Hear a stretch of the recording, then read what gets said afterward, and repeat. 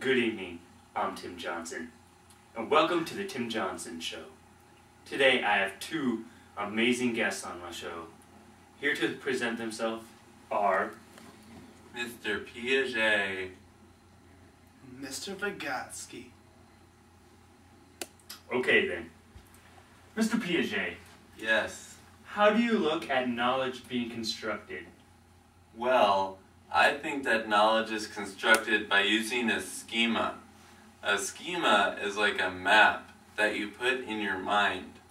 You can assimilate it, you can accommodate it, you can organize it as well. When you assimilate it, that's using the schema that you have and adding new stuff to it when a new information comes to you. Such as when you learn about cars and then you learn about a truck is also a car, so you put the truck on the car schema. Accommodation is when you make a completely new schema, such as you learn about butterflies being things that fly, but then you have to learn about snakes being things that crawl on the ground. Those are completely separate things. Yes. You can also organize your schemas as well by mixing and matching. You also don't want to be in equilibrium, because when you're in equilibrium, you also actually want to be in equilibrium. You're trying to trick me, huh? That's right. Keep the audience. Disequilibrium is what you don't want to be in, because when you're in disequilibrium, it's like, I don't know what's going on. You want to stay in equilibrium because then you know what's going on, and you feel as if you're on top of the world. Thank you. Well, my view on how education should be structured is similar, but yet still different. I'm a social constructivist, which means that I still place the learner at the center of education, but I view this in a different way.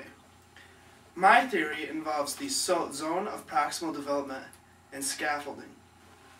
The zone of proximal development is the area in which you push your students to a level that's just beyond them, but not too much, in order for them to learn. Because if you push the students too much, it'll be too difficult and they will learn nothing.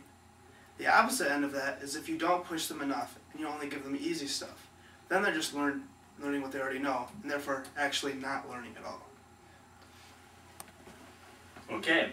Well, my next question that I have for you guys is, what is your view about the purpose of education? Well, I think that education refines the child's cognitive skills that have already emerged.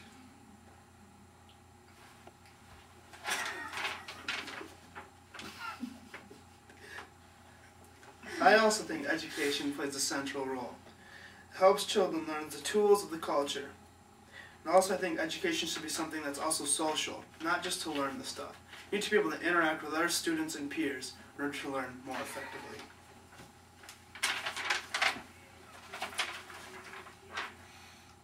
For my last question, I'll ask, how would you define the role of a teacher?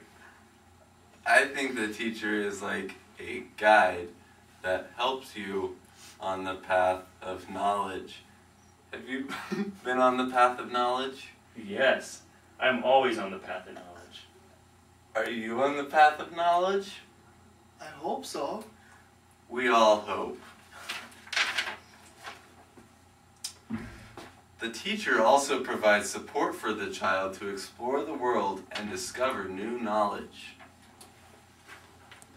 My view on the role of the teacher is also that I want to provide my children or students to learn by pushing them to be more advanced learners. This is done by helping them interact with each other in a more social manner.